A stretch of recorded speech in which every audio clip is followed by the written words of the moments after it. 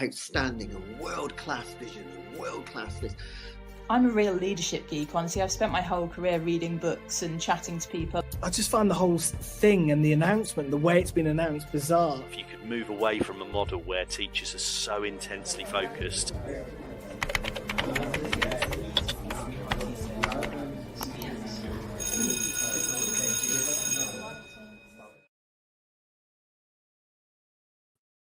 Hello, everybody. Welcome to Teachers Talk Radio. My name is Jamie Clark.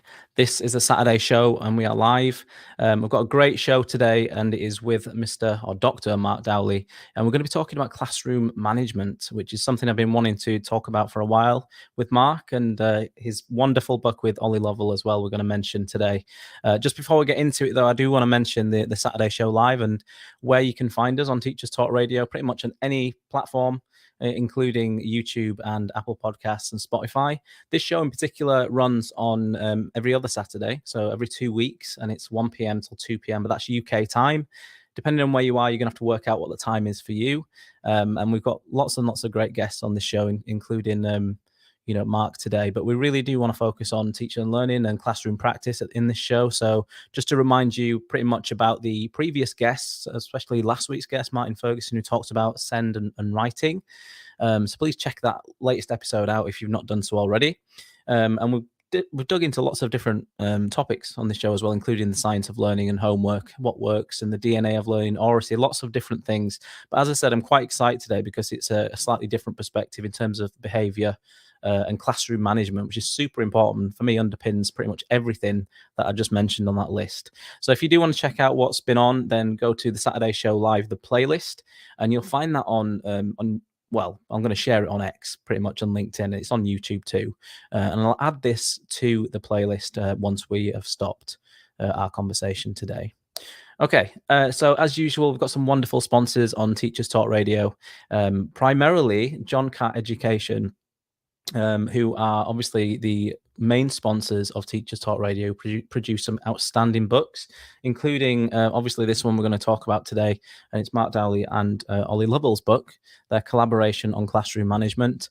But just to give you a reminder as well, because obviously we do some special offers, being a part of the sponsorship deal with Teachers Talk Radio, we've got a 20% off your order if you go to the John Catt Bookshop. If you want to level up your professional development, that's the place to go, and it's johncattbookshop.com. There's a full range of titles. There's more and more coming out nearly every week. I think my bookshelf's getting fuller and fuller of John Catt titles, including obviously my own. I'm going to plug it. But you can get that 20% off with that discount code. We're also sponsored by Reading Solutions UK, and it's pretty much the home of something called Dreambox, which is a tool that can help you create stronger readers in your school from Key Stage 2 right to GCSE and beyond. And there's a special adaptive technology tool that you can use to do that. It accurately assesses your students' skill gaps and places them on a personalized pathway, and it's built to accelerate their strengths and improve on their areas for development.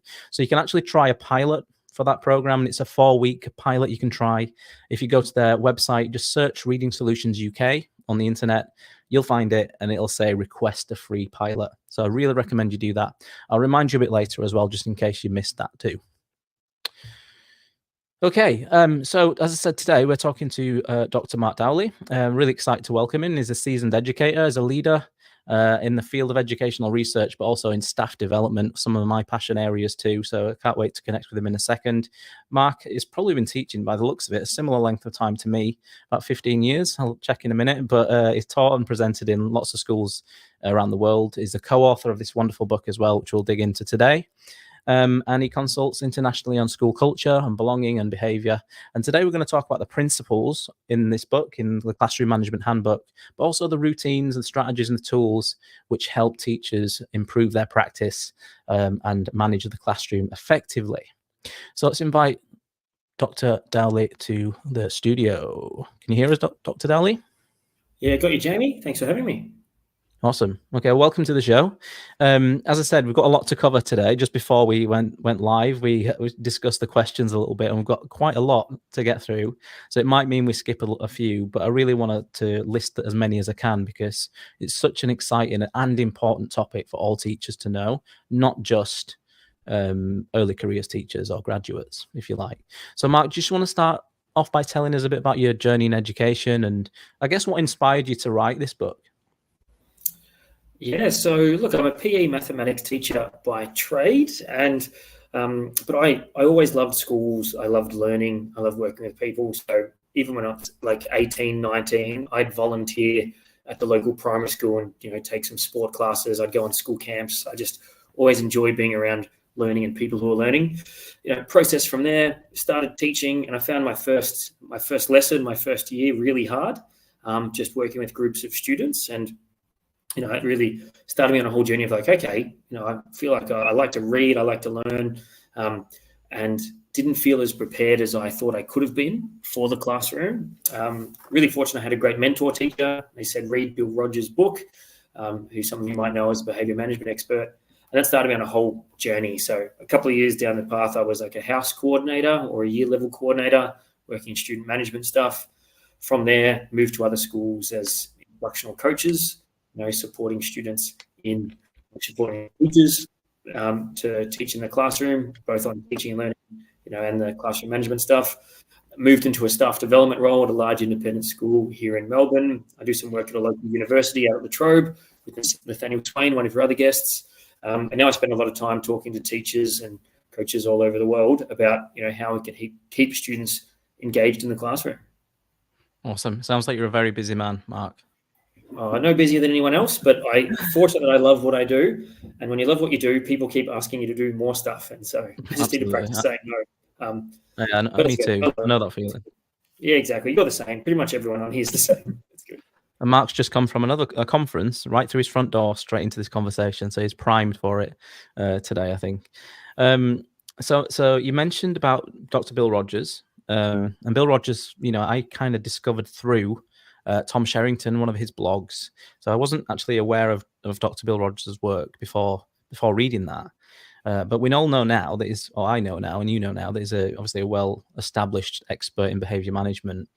So what kind of insights from him influenced your own practice, and how did you first kind of engage with Bill Rogers' work? Yeah, I saw Bill Rogers' work on my second day of teaching, because the first day I finished my first class, I was seriously reconsidering my life choices. And my mentor teacher said, go to the school library, get this book. The book was You Know the Fair Rule, the title. And he said, have a read that. And I literally read it every morning over breakfast, like before I'd go to school and teach my classes. And the big method was that there was actually there is a process and a system and some strategies that you can name and use to manage behavior, where before then, I just thought behavior is something that you have or didn't have. I didn't think that there was skills and tools and routines that you could use. And that was an absolute game changer. And then, he had examples, he had his ideas in there. And so reading them absolutely changed the game. And within 3 months, I was, supporting other graduate teachers in the same school saying, hey, this stuff works. And then we were running mini workshops together and talking about it. And that started me on the whole behavior management journey, because I think on two things. One, if you're not managing your class well, it's really hard to be a teacher. You're thinking about it when you go home. You don't want to go to the class after lunch. That's really painful. But on the flip side, if you manage your class well, you've got great relationships with students. They're learning, they're succeeding. It's the best job in the world. And I want more people to feel, like it's the best job in the world than, oh my God, I don't want to meet these year 10s after lunch. It's going to be a disaster. Do you think it's easier for phys ed teachers like yourself, or I know that you're kind of a mixture between, did you say maths and phys ed, didn't you? Is it easier for phys eders? Because obviously they are known for being outspoken, quite confident and good with classroom management. Or would you say it doesn't matter? It's something anyone can learn quickly? I think it's both. It's something anyone can learn quickly. I think maybe, if you pick the stereotype, PE teachers might have some benefits because they're normally used to working in teams. They've often got a loud voice. Sometimes PE is harder because kids have javelins. There's nothing, in a mathematics class, they're all sitting down looking at me. That's a bit easier. I think all these things can be taught, which is amazing. I like Dr. Bill Rogers' work as well because it is super practical, and the VHS, the whole VHS videos that are on YouTube, you can find them now. They speak common sense, don't they? And we'll get to a little bit more kind of in a bit more depth in those strategies a bit later, because there are some actually that some people disagree with, which I've forgotten to write down when I was talking to you about what we could potentially talk about. But that's just brought it to mind that one of Bill Rogers' strategies, I think it was tactical ignoring, which we'll come to later. Some people are a little bit kind of cautious around that, but let's start with the big picture, I guess, because you guys, Ollie Lovell and yourself in the classroom management handbook, start with, is it 10? It's 10 principles, isn't it? You start with in terms of what you think underpin good classroom management. And by the way, I was fortunate enough to illustrate this book. So when I first saw the PDF, I was like, oh my goodness, this is super practical. You can pick it up, the scripts in there. There's almost a step-by-step guide, to these routines, and a great overview of these principles as well. So some of the principles, obviously, I guess we can talk about in more depth than others. But how did you initially start and put these principles together? How did you come up with them yourself and Ollie?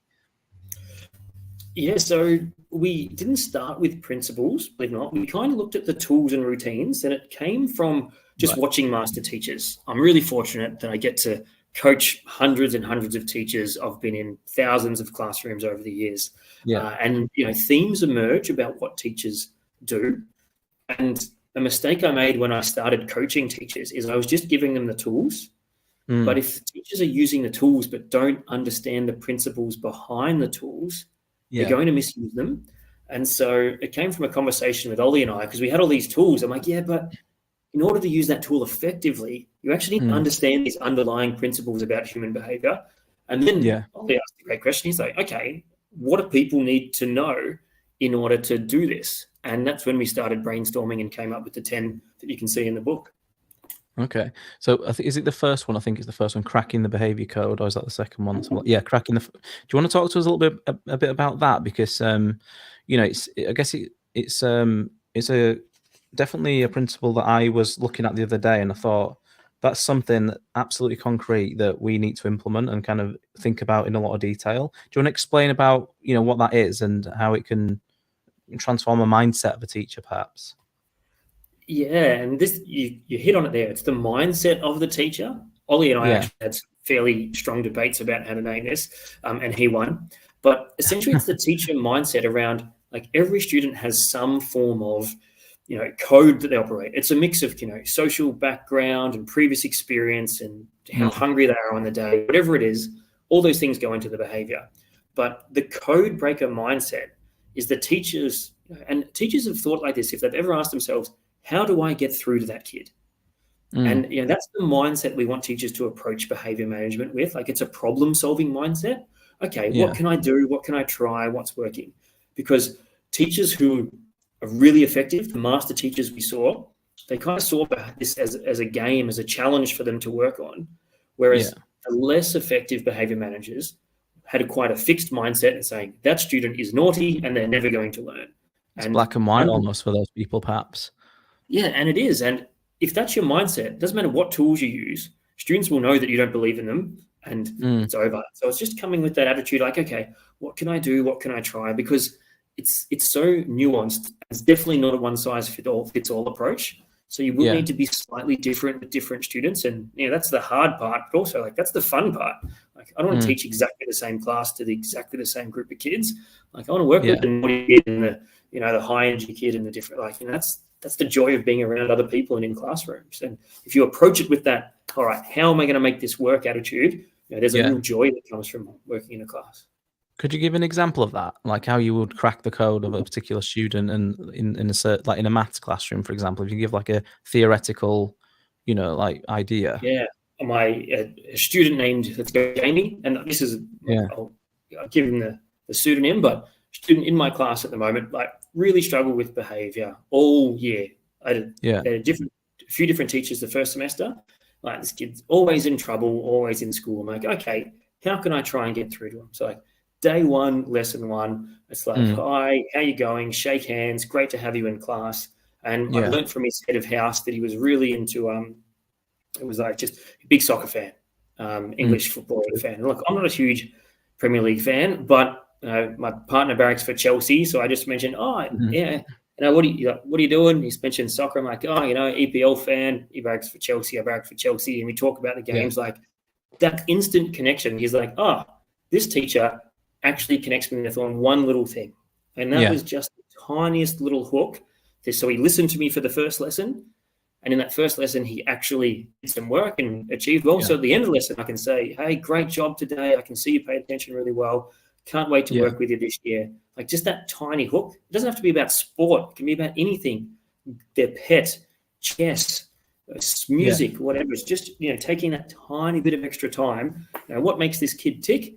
If you can find that out, that just unlocks the door. And then hopefully you can build a relationship from there. Yeah, that's a great tip. Definitely, it's just getting one thing, isn't it? Just to see them as a person and not just a student, like I guess as a number, or a kind of someone you have to get through the assessment, but an actual individual. If you can, I've done that before as well. I've talked about soccer a lot because I'm a big soccer fan, so I do try to, especially obviously with the boys as well. Some kind of rowdy boys, just having that first step with them and getting to know them in that sense. But I guess it's a bit more nuanced than just saying build relationships. It's kind of there's a lot more to it than that, and there's a lot more complexity around it. And I guess that's what you're alluding to with cracking the code. So if we just kind of skip ahead a little bit, Mark, because there's been a lot in Australia I've seen, especially in Perth, about behaviour as a curriculum. Like there's a certain kind of like movement towards that now. And I think you're alluding to the idea that behaviour should be taught. I know this comes from a lot of Tom Bennett's work as well in the UK around, running the room and explicitly teaching behaviour. Do you want to elaborate on, because this is one of your principles is, behaviour as a curriculum. I think it's the 5th one. So I might dot around a little bit here, but do you want to elaborate on that concept, behaviour as a curriculum, and how teachers can plan to teach behaviour, just as they would like with academic content, for example? Yeah, this was a huge game changer for me when I realized that behavior is something that you teach, and it's something that you can reteach and check that students have understood. I reckon the most relevant example at the moment is paying attention. Paying attention is a skill that can be learnt and practiced. And a lot of our students struggle to pay attention at the moment. I'd argue that my phone's not on me, which is a good thing, but like phones have had a lot to do with that, the idea of social media. And also students don't have to, there's some crazy stats, like kids spend 8 hours a day on their phone. We touch our phones like 2,500 times a day. Kids are sleeping less, which doesn't help as well. But like all this stuff is saying that students are not used to sitting down and paying extended attention to something.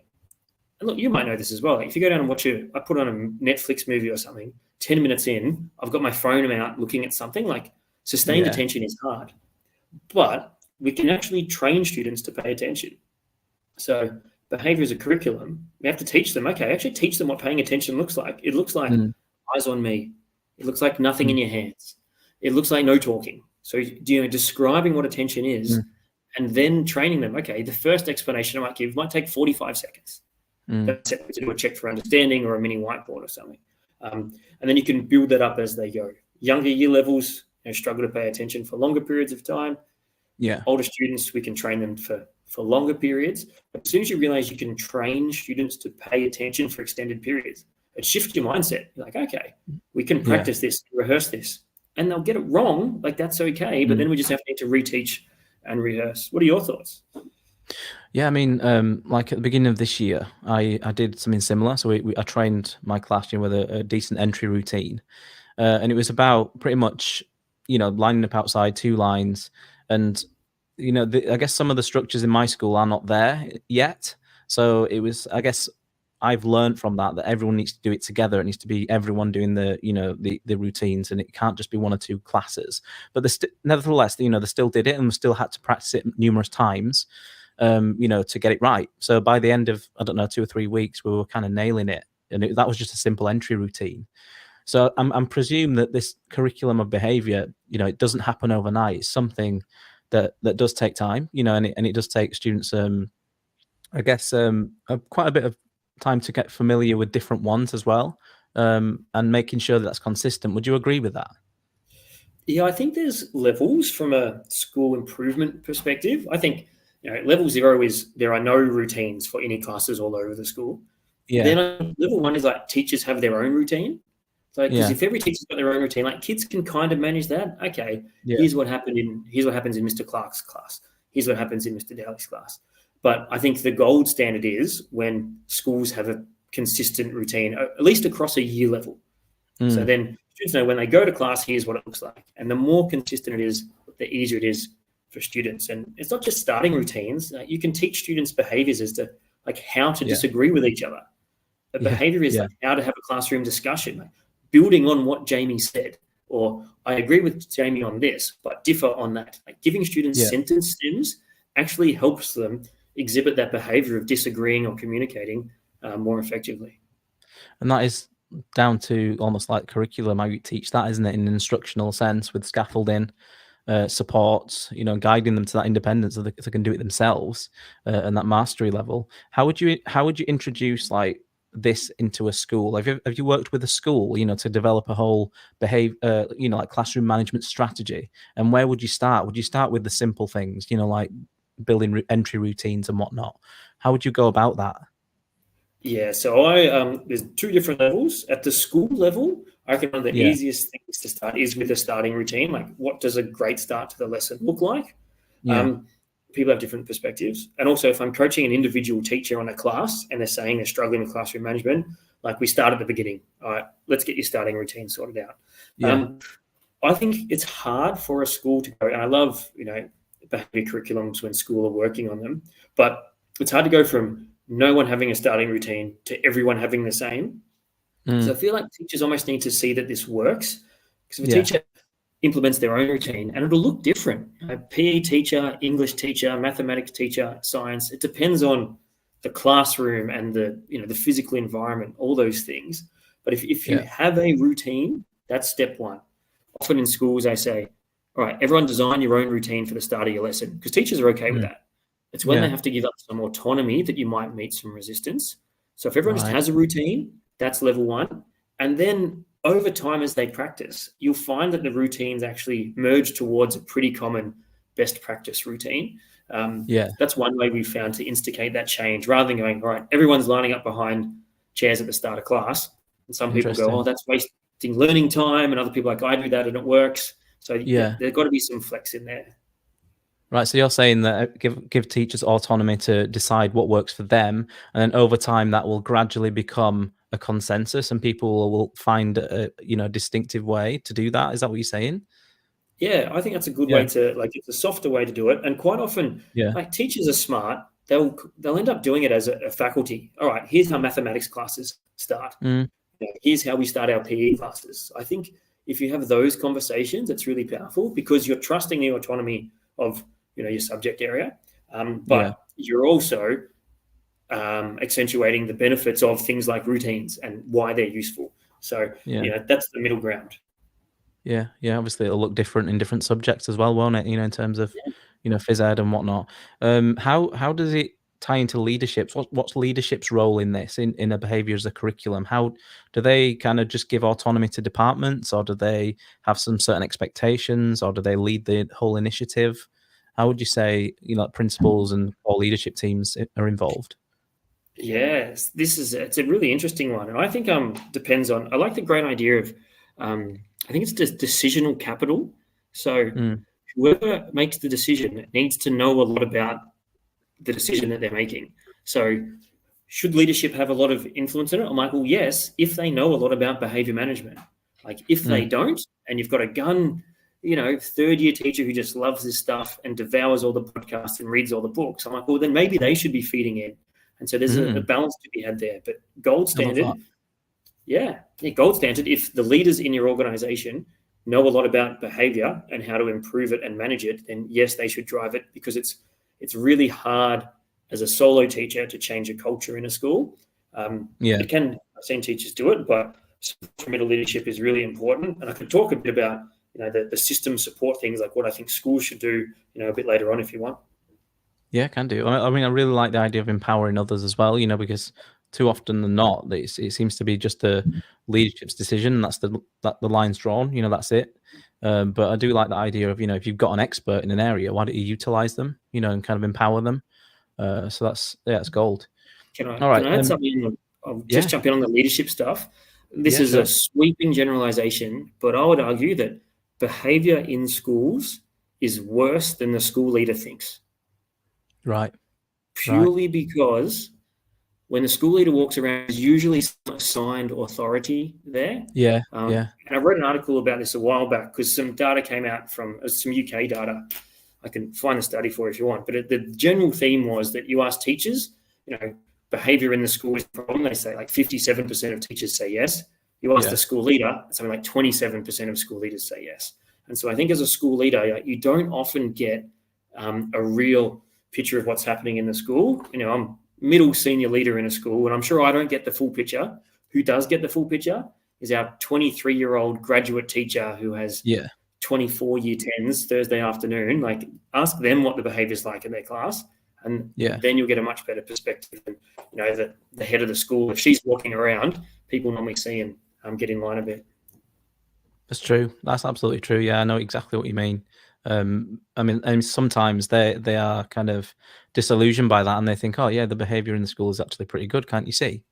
And but obviously because they're there, the kids are going to be obviously towing the line a little bit. But yeah, I totally get it, because at my school we've got lots of graduate teachers, for whatever reason at the minute, and they do struggle, and they do need support, and it is perhaps a bit worse in certain areas of the school than the leadership are led to believe.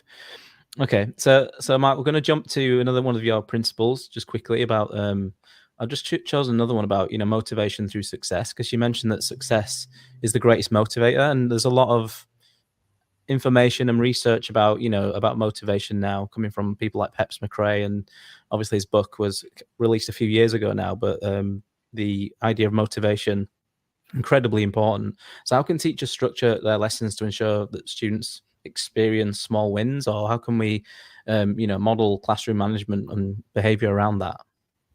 Yeah, this is a really interesting one for me, and I probably only made this shift a couple of years ago, and I feel like quite often really good teachers struggle in the classroom because they try so hard to motivate their students. And they were taught, maybe through their initial teacher education, that we need to make our classes interesting and fun, and then students will be motivated, and then they'll learn.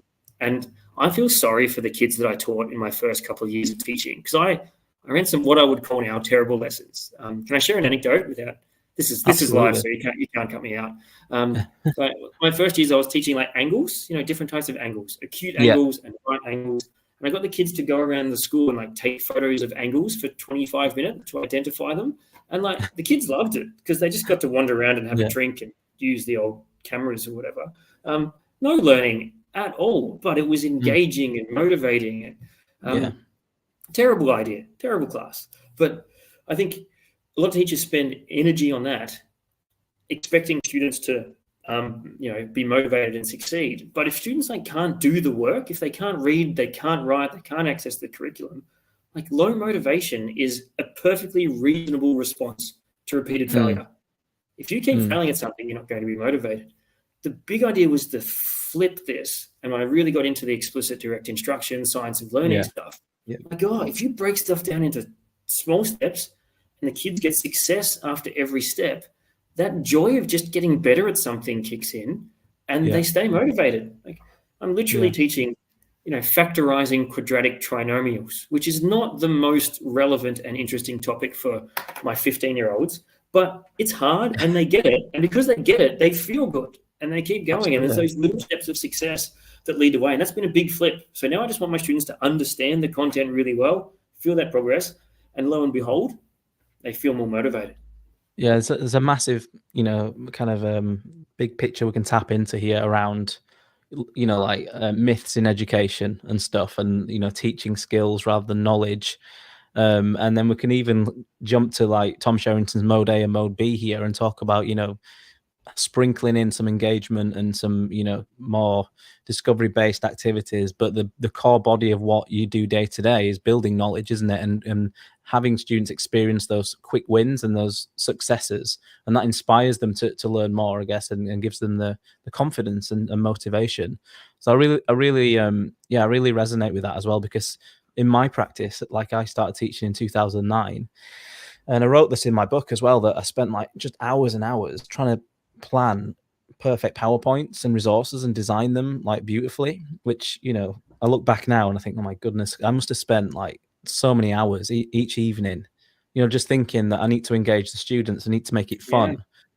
And then it's just completely flipped in the last 3 or 4, 5 years or whatever, since that, you know, the whole kind of movement towards cognitive science, and the research around motivation and stuff. It's really flipped a lot of teachers' practice. So I think we're heading in the right direction, especially in Australia now, because it's kind of just starting to catch on a little bit more in Perth, where I am. I know in Melbourne for you guys and New South Wales and whatnot, you're a little bit further ahead, but it's definitely helped to transform teaching practices. Yeah, it's moving in the right direction, and even from at the political level, the narrative's moving towards that. So I like two things. I agree with you on the Jerrington stuff. You know, we're kind of 80 to 90% the direct instruction stuff, and by all means, 10-15%, you know, engagement, fun, whatever you want to do, like that's okay, as long as you know you're making that trade-off for those reasons. That's fine. Yeah. And I like the idea that I often say, like, there's no bad teachers. There's just potentially good teachers under the influence of bad educational ideas. Yeah, and there's lots floating around, aren't there? There's so many that are just ingrained into the culture. You know, learning style still pops up every now and again. And, you know, the whole debate around technology in the classroom, if it's used effectively, obviously it can enhance learning, but I guess 9 times out of 10, it's not used to, you know, to enhance learning or to give, you know, decent feedback, for example. So so a bit of a balancing act there. So let's go on to another principle, and then we'll probably shift over to some routines as well, Mark, if that's okay, because there's obviously a lot in your book and a lot of practical ideas and whatnot. Let's have a look at let's start to tap into some routines and kind of ideas and practical level things. We won't go into the routines yet, but something on non-verbal communication. I think you wrote in one of your principles, and so you said that, you know, it's not just about what teachers say, but it's how they say it. Do you want to share some key non-verbal skills that can help, and what the best practices are in that sense? Yeah, this came up because you know, we coach teachers, and sometimes like teachers they say, like, I'm doing all the things, like I'm using the tools, I'm using the routines, like they're doing all the stuff. And it's a really hard thing to coach to, because, you know, it's the way that they're doing it.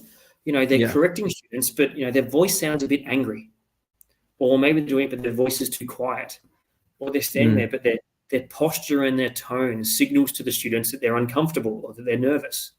And you know, those little tweaks or changes actually influence how the class responds to it. And so in coaching, like sometimes you might say, I remember doing this with a teacher, and they'd often say, like, guys, can you please be quiet? But it would come across like, as a question rather than a directive. Guys, can you please sit down? Can you please be quiet? Because the teacher's just being polite, and we'd have to research. I'm like, okay, no, change it to, like, boys, sit down, thanks, or class, be quiet, thank you. And she's like, okay, class, can you please be quiet, thanks? I'm like, get rid of the please. You're not asking them a favor. Okay, now this time, stand up, voice a little bit louder. Boys, quiet down, thanks. Okay, and it's just it's rehearsing that stuff, and those changes make it one, they're hard to coach to, but those subtle differences actually make a really big difference to how it's received. Because you need to be firm but still warm. You need to be, like, direct but clear. There's so many things going on at once, and how you stand. And it's easier if you're a 6'5" rugby coach, and harder if you're 4'0", you know, 22-year-old graduate. But, you know, we need to perform these skills. I think performance is the right word. You know, the same way an actor does. You know, what do my students need from me right now? They need someone to stand up in a clear voice and tell them what's happening. I don't know if you've seen there's a paper that came out recently. I think Josh Goodrich and might have been, is it Peps McRae or Ollie Lovell, actually? They were talking about cognitive load and coaching and stuff. But this kind of resonated with what you were just saying. You know, there's a lot going on in terms of what teachers have to think about. So have you ever worked and spoken about that with teachers in terms of what's going on in the mind and managing that cognitive load? Yeah, we talk about it a bit because it's harder again, I'll speak on graduates, because they have to understand the content, the curriculum's new, you know, students are new, processes are new, but we automate that, you know, as we go. And I think one of the roles of coaching is to automate, the role of any high performance is to automate as many of the essential and core skills as possible. So if you already know the examples you're going to give, if you already know the questions you're going to ask, so you don't have to think of them off the top of your head, if you already, if you already know like how you're going to stand, what you're going to say, and you've automated those behavior management habits, like that's going to make your life much easier, because you've automated the difficult parts of a complex task. Yeah. And then you got more to think about, in more space to think about, another procedure or perhaps some, the content of a lesson and whatnot. How does it tie into, this whole conversation to seeing examples of excellence? Because that's really helped me, when I was a graduate teacher, even now, actually, just kind of going into teachers' classrooms, because you don't often get in most schools that opportunity to do so. It's quite an isolating profession in some schools, where you don't see anyone else teach a lot of the time. But how does seeing examples of excellence encourage, teachers to improve? And can you give any examples? Yeah, this is even for me, it's changed my teaching. It wasn't until I really went to like Mastery Schools Australia and saw some stuff that like, oh, I didn't realize these were the standards you could hold young people to. Yeah. And a couple of examples. One is like working with a graduate teacher. They entry routine, and the students would come in, but it was good, but they were still talking and murmuring. And the kid, I'm like, what about silence? Do you want silence or do you want quiet? And the graduate teacher's like, oh no, they can't be silent. I'm like, challenge them, like, can't? Well, let's go and go and watch another teacher in the school. And the teacher's like, oh, wow, I didn't realize that they could actually work silently for an entire lesson if that was your aim. There's also a flip side of that. And so the best way to do that is, playing video of teachers teaching in your class, because I play a lot of clips of my own classroom when I run workshops. And I play a clip of class like, oh yeah, look, that wouldn't work in my school because my kids are different. Right. And then I play the same clip at my school when I'm training teachers in my own school, and teachers go, well, that won't work in my class because, it's a different subject. Then I present the same thing in a maths faculty, and people are like, well, that won't work in my class because actually it's the same kids in the same school. Like, there's a natural defensiveness to go like, oh no, that's not possible. I'm like, it is possible. And it's not until they see someone that they associate with do it. They're like, oh, okay. And I think it's also the example of excellence just needs to be kind of one level above their current ability, performance, whatever that is. If you go, say if I'm learning golf, if I'm going to go watch Tiger Woods hit a golf ball, I'm like, that's not helpful because I'm never going to hit a golf ball like that. But if someone gives me, he's just the slightly better version of you, try and do that. I'm like, great, these small steps are motivating. Have I made sense there? Absolutely, yeah. You've hit the nail on the head with that. I think that's really, really powerful stuff. And it's kind of making yourself vulnerable, and you can't know everything, and everyone's got something to learn. And sometimes people see it as a threat if someone comes in the room or shows them what that class do in their room, and I can see why people will get defensive. But I think it's about making yourself vulnerable and just opening up and saying, perhaps I could make that one step of improvement, and I could push for excellence, because the kids are obviously capable of doing it, but sometimes you just accept mediocrity or probably just one step down, and just because it's an easier life kind of thing.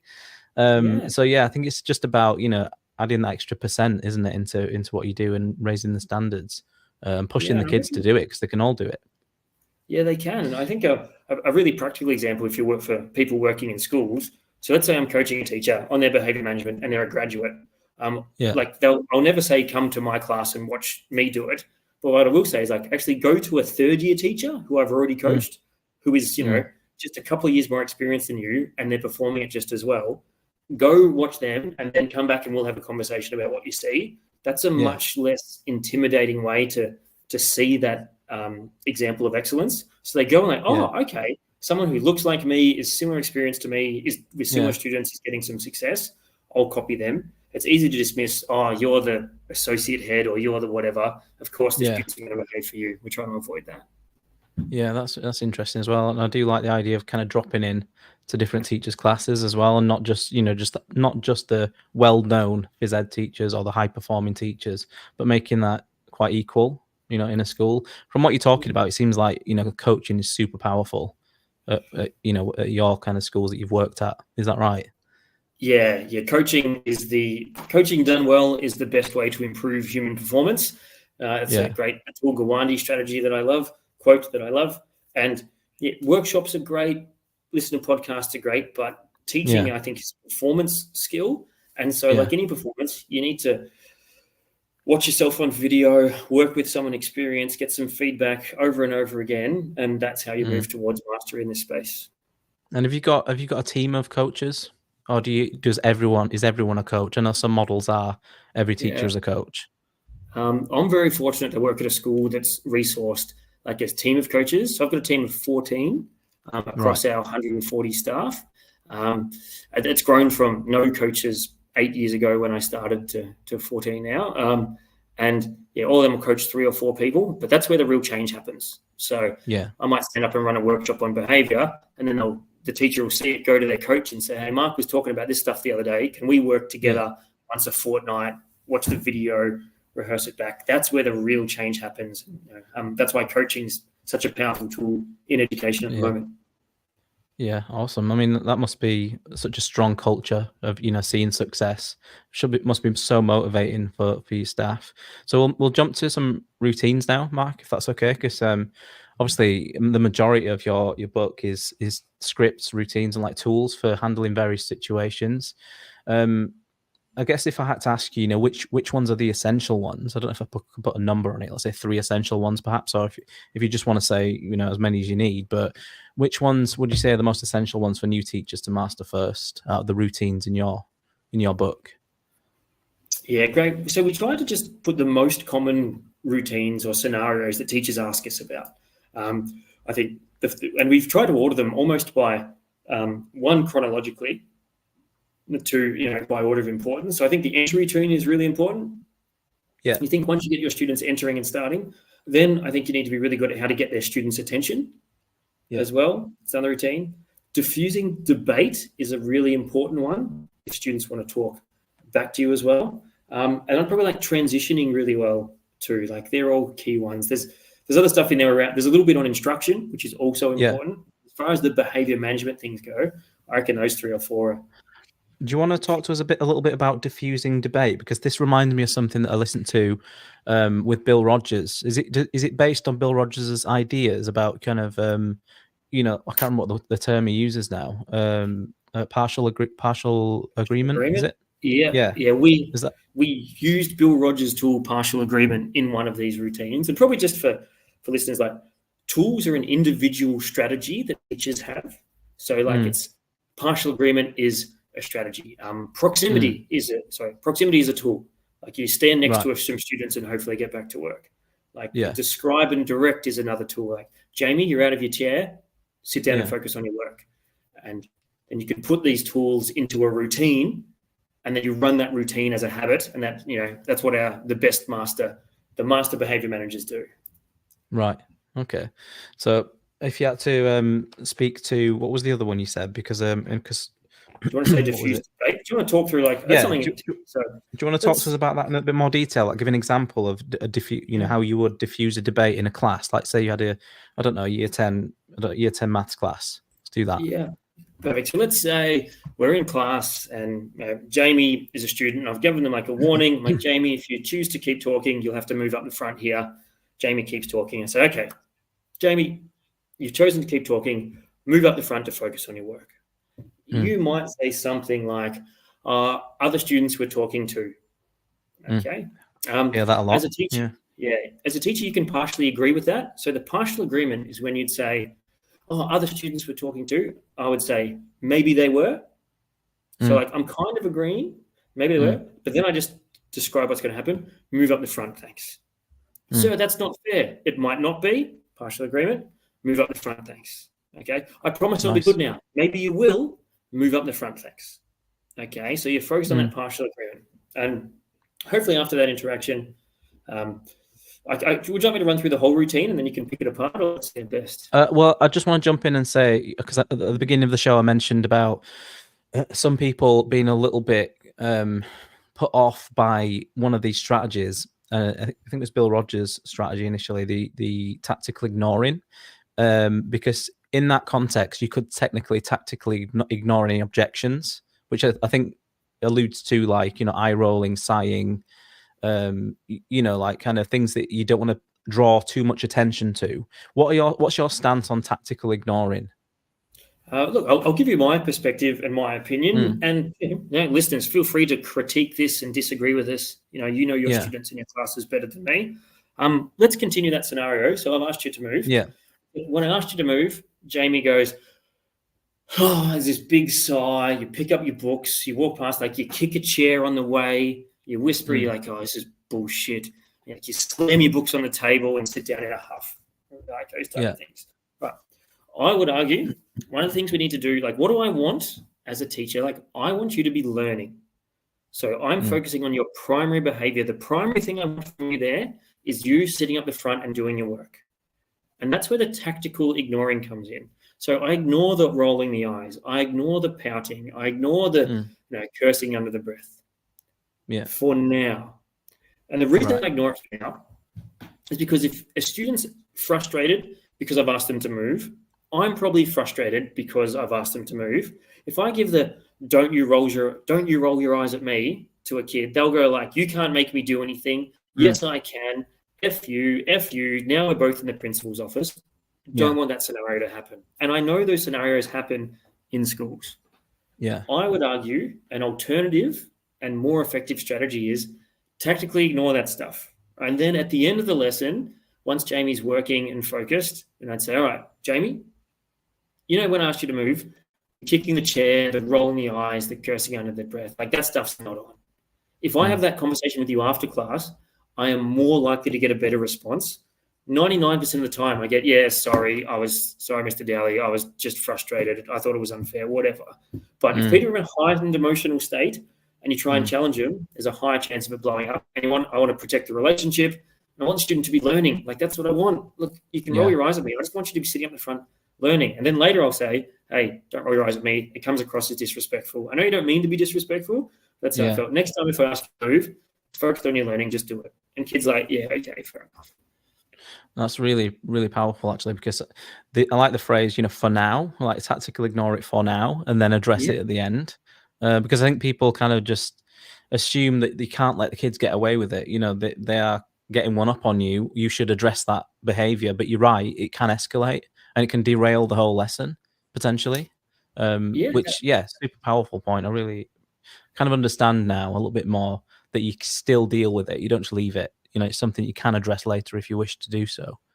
Yeah, and I think you do have to address it. Like sometimes, I think it's also really important that teachers aren't seen to ignore bad behavior. Like the cursing under the breath's one, because sometimes the student will move from, let's say you're moving up the front and like, "Oh, this is bullshit." And like 3 kids will go, "Oh, did you hear that? Yeah. He swore." Yeah. I might say something like, "Oh, he's lucky I didn't hear it." Because what do I want? I just want to get them working and learning. And there's other things that, what if they don't move? Is probably a good one. But if I say, "Jamie, move up the front, I've done my partial agreement," he's like, "No." Like, you can give that directed choice. "Jamie, you can either move up the front or we can have a conversation after class. Yeah. You can move up the front or I can contact your head of house or your little quarter. You can move up the front or I can send an email home. Choice is yours." And that choice theory, again, it's a Bill Rogers thing. That was a really powerful idea because then the power's with the student. And most of the time, they take the path of least resistance. Sometimes you have to give them some take-up time and just say, "All right, you've got 30 seconds. I'll know you make a good choice." And you go and help another student. And you're like, "All right, 15 seconds, Jamie. I know you'll make a good choice." You might be. There's just some little tweaks and changes that often make the class go a little bit more smoothly. Perfect.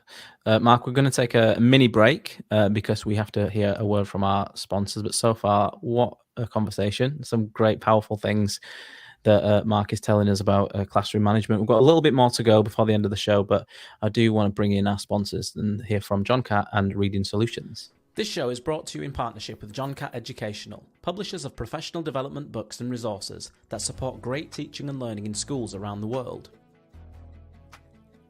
John Catt have an exceptional collection of book titles that cover a range of educational topics, ideas and research. The books are aimed at forward-thinking schools and support best practice teaching for both primary and secondary education.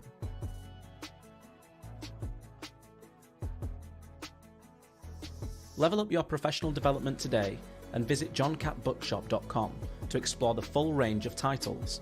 Use the code JCTTR2425 for 20% off your order.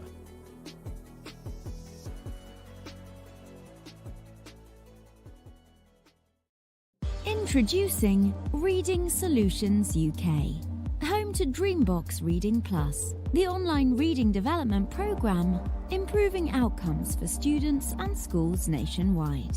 Create stronger readers in your school from Key Stage 2 to beyond GCSE, using Reading Plus's evidence-based adaptive technology. Reading Plus accurately assesses your students' skills gaps and places them on a personalised learning pathway, built to accelerate their strengths and improve on their areas for development. You can try the programme with a free 4-week pilot today. Search Reading Solutions UK to find their website and request your free pilot today.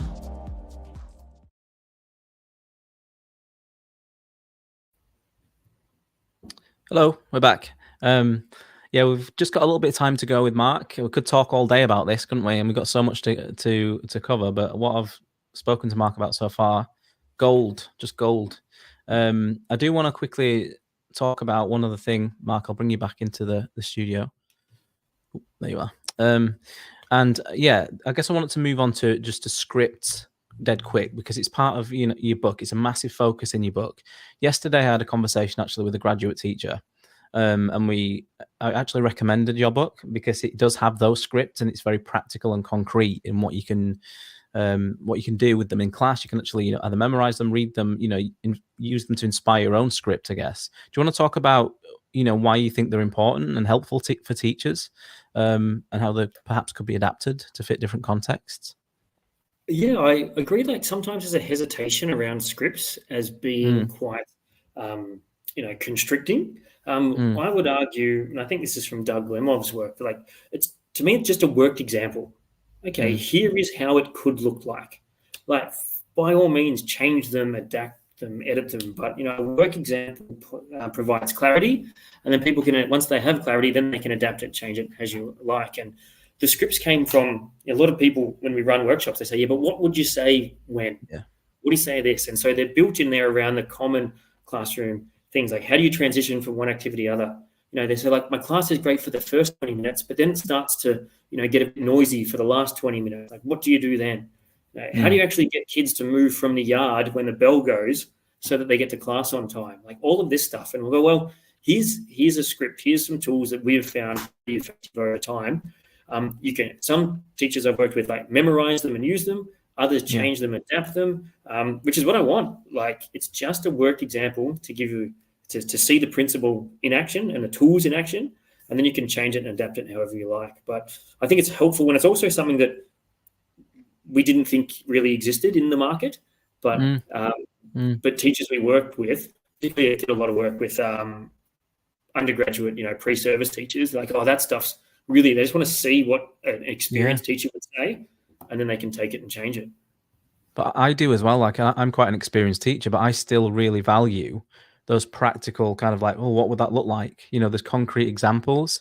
So for me, that's one of the most powerful parts of what you've done there, the scripts in themselves, because it's all right saying what a routine is and how to go through it, which is super helpful.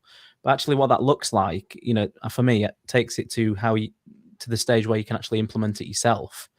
So I found that really useful. And the graduate teacher I spoke to yesterday actually, went away and kind of like thought, yeah, I'm gonna buy this, I'm gonna read this, and implement it, and try to work out on a practical level how to script his entry routine. It was talking to him about.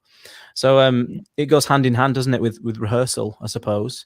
These ideas that once you've got your practical example and your script, the importance, and I guess you stress this in the book as well, and the work you do with teachers, is the power of rehearsal. Do you want to talk a little bit about that? Yeah, I think it's so powerful, and it really links really well back to your point before around teachers and cognitive load. Like, what we don't really want teachers to be doing is, coming up with clever, effective responses in the heat of the moment, particularly if they're frustrated, because you're less likely to get a good outcome. But having time to say, all right, we say, how do you start a class? Like, tell me exactly what you say. Imagine I'm a student in your class. and I'm outside, what do I say? Do you say, all right, everyone come in and get started? Or do you say, enter silently, begin the starter in under 60 seconds and sit in your assigned seat? Like, they're different, and one is more effective than the other. When you gain attention, do you say, all right, listen up? Or do you say, eyes on me, no talking, nothing in your hands? These things are the same. And so if you have these scripts and you can write out just a few little dot points, and then you can rehearse them, and notice the first time you rehearse them, like, you'll stutter and you'll mumble and you'll make a mistake. Like, that's okay, because this is the safe space to practice it. And we want to practice and rehearse in a safe space with teachers. Ideally, it's in your own classroom with another teacher there, so you can practice it with no kids. Rather than trying to do it all on the spot in front of 28 kids on a hot Friday afternoon, like, that's a bad time to practice stuff. Like, a good time to practice stuff is when there's low stakes. And that's when you'll automate the behavior and make the classroom run heaps easier. Yeah, I mean, I ran kind of a little bit of an instructional coaching program last year, and the rehearsal time was super important. But sometimes people, I found, are too reluctant to do it, and they kind of feel really awkward, because we had like we went into the library space and we were doing peer coaching, and the rehearsal part, they had to branch off, to different areas of the library essentially. But some teachers just, for some reason, wouldn't do it. So they were kind of hesitant to get him to stand up and actually practice whatever they put in place. And I think on a lot of occasions it was behavioral stuff, because it was early careers teachers. So how would you navigate that, for the teachers who are quite reluctant to rehearse? Yeah, great question. I get that a lot in workshops. The one is like, okay, think of a difficult student in your class and rehearse a diffused debate conversation. Okay, teacher's like, oh, I don't want to do this, and that's fine. I'm like, but there's a few ways to prime it. So I try and prime it and say, in class, we teach students something, and then we get them to go do it. Why? Well, to show that they've understood. Okay, this is a performance skill. Now, what we're going to do now is we're going to actually rehearse it. It's not role play. We're not like pretending that we're teaching. Like, we're rehearsing because we've got a performance coming up, and we want to do well in that performance. Okay, and if you're learning, it should be uncomfortable. Like, it should feel a bit awkward. That's when you know the change is happening. So if you're sitting there in this next activity and you feel like this is awkward, this is uncomfortable, then you're doing it right. If you're sitting there and thinking this is very comfortable, I've got this, then you're not doing it properly. So now, and here's my thing. Okay, when we're rehearsing our diffused debate or rehearsing our starting routines, one simple rule: everyone has to stand up. And you find as soon as teachers stand up, then you're like, okay, the person next to you is a student in your class. Tell them in exact words, like, how you're going to gain attention.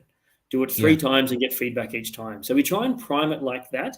And then you get, I reckon I normally get about 80 to 90% buy-in. And there are usually 2 teachers up the back with their arms crossed going, I don't have to do this. And I'm like, well, if 98% of the staff are all improving and rehearsing and getting better, maybe the 2 will get on board later. So look, it's not perfect, but that's one way I go about getting teachers to rehearse. And once they rehearse, they'll realize that it actually works better. Training is uncomfortable. It's supposed to be uncomfortable. Yeah. And it ties back to what I said before about being vulnerable and making you just putting the, kind of making sure that you put yourself out there and have a go at it, and you'll find that it pays off. Once you see that success. But it's getting people, I found it hard to get people to take that first step. So anyway, I've got a new role next year, so I'm kind of looking forward to working on this in a little bit more depth with teachers and the idea of rehearsal, because it's really, really powerful. Do you want to quickly share an example of rehearsal that really did make a difference in a teacher's practice? Have you got anything off the top of your head, like an example of that? Yeah, I think one of the best ways to do it, and like I was saying, there's different levels of rehearsal. So you and I could talk through what we would do. That's kind of like level 1. I'm going to say this, and then I'm going to say that, and everything. And your top level is, all right, let's go to the classroom. And I try and do this with our graduate teachers and teachers. Where are you teaching period 1 on your first day? Let's go to the classroom. Bang, all right, plug in your laptop, put whatever you want up on the screen. Okay, first lesson, where are you going to stand? Probably here, there. Look, the students are going to be out there. Like, and we play this whole rehearsal game. Okay, I'm a student standing here. What's the first thing you're going to say? They're like, okay, we're going to enter silently. I'm like, hold on. Do you have their attention yet? Like, oh, no. Okay, so first thing, to get attention, and prime these 25 kids. What are you going to say? Excuse me, everyone, or eyes this way, everyone, or quiet down. And this is where the rehearsal really comes in. So let's just write down your 4 dot points. And then you say, all right, you prime them. Okay, students, finish your conversations, eyes this way, thank you. Okay, that's the first bit. Enter sign. And when you do that 2 or 3 times and the teacher's standing in the right spot, you can get feedback, and then they get their tone right and the posture right and the volume right. Okay. Yeah. So I'll say as a coach, like, that was really good. Next time, maybe just stand up a little bit straighter. Okay, project your voice a bit more. Or how about you stand just, at the threshold of the door. So as the students come through, you can see both outside and inside at the same time. And that level of thought is the level of thought that the best teachers think to. You know what I'm trying to say? Like, they're the one. Yeah, the best teachers think about this stuff because they've automated a lot of the other work. Yeah, I've seen an expert coach do some like model it to a group in a conference I went to. Like to teachers, and the level of detail the instructional coach went into. It was actually Josh Goodrich and Ollie Lovell that I saw, and the amount of detail they went into was incredible. Like, just stand there, say it like this, or repeat it like, and I think that's what makes all the difference, isn't it? Those really tight incremental steps of improvement really pay off. Yeah, and that's it. And again, it's very hard to jump. So I spend a lot of time in schools, and it's very hard to jump from teachers not rehearsing at all to doing that really high quality rehearsal video and thing. And so, okay, what's one step? And let's just say it to the person next to us while sitting down. Great. Yeah. All right, what's the next step? Okay, let's say it's standing up. What's the next step? Let's stand in our classroom, and kind of every teacher, wherever they are, just push them to go to that next step towards quality rehearsal. I think that's how change kind of moves together. Can I quickly ask you a question? Just, you don't have to go into too much detail. Would you do have a group of coaches in a school like yourselves, or would you do everyone is a coach? Great question. Depends on the resourcing. So benefits of everyone being a coach is that you don't have to have time release, so you can't do it. I think, but coaching is a really complex skill, so the fidelity of coaching is slightly lower. Flip side, specialist coaches, the quality of coaching is higher, but it's much more expensive and takes longer. So it really depends on the resources available in the school. I'm just selfishly asking for my future kind of role, so I'm just a selfish question. Another one, what's your attention signal personally? Mine's just 3. So I prime, 30 seconds to finish, and then eyes this way, nothing in your hands, no talking. Yeah. All right, thank you. And I normally rated count, eyes on me in 3, no talking 2, pens down 1. And sometimes I add an annoying one because I'm like, also thinking about what I'm trying to say, what I'm about to say. Because sometimes students, they do that, but they stare at your eyes. I'm like, no, you need to actually be thinking about whatever I'm talking about. So that's my cue. And I'm I know that. I know at my school, the primary school teachers are amazing at it. It works super well. So, and then finally, have you been to Michaela Community School? No, I haven't, but I think I've been to the next best thing. If you want to visit a school that has great teaching and really tight routines and behaviours, check out Mastery Schools Australia. I've got a few campuses in Queensland, but I'd love to see Michaela.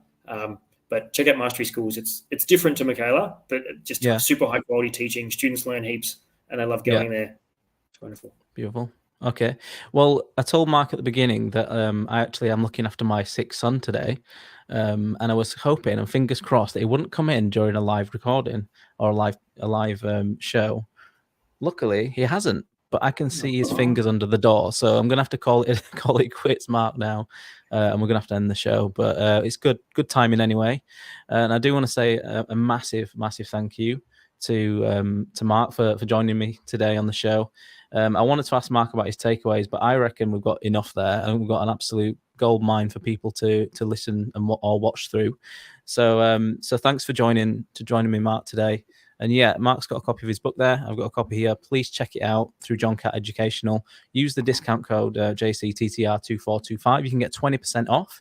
As I mentioned earlier, And yeah, it's super powerful, and I'm not just saying that, it really is. So congratulations on such a great achievement there, Mark, with the book.